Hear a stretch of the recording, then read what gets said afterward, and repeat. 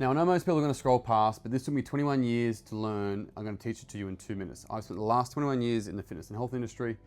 I've worked with about 10,000 people, everyone from elite athletes right through to mums and dads, and this is what I call the BossFit Matrix. Now, everyone falls into this matrix. This is body, self, food, and time, and one of the key things I've learned is people develop through stages, not through ages. Just because you've been doing something for so long doesn't mean you actually have developed far in it. There's a big difference between 10 years experience and 1 year's experience 10 times.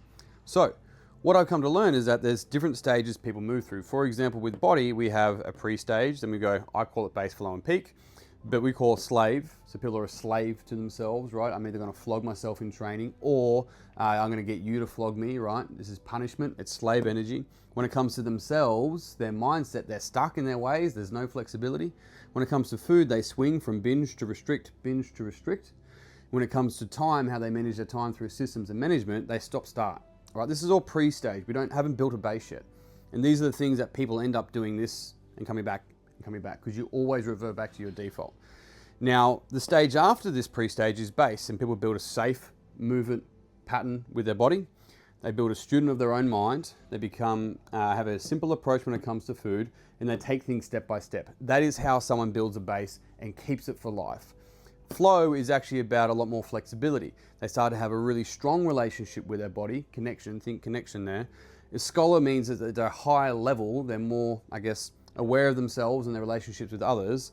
When it comes to food, they have a more sustainable approach. When it comes to time, they're able to shift. So they've got way more flexibility with how they get things done.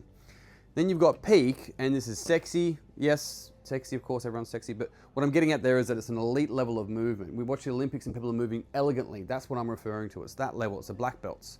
Then we have a savant as a person who's far more, not yet a sage, but savant and wise in how they understand themselves and others. Food becomes too specific, and then when it goes to time, people are set. Now, they're not set in their ways, they've just got their focus set.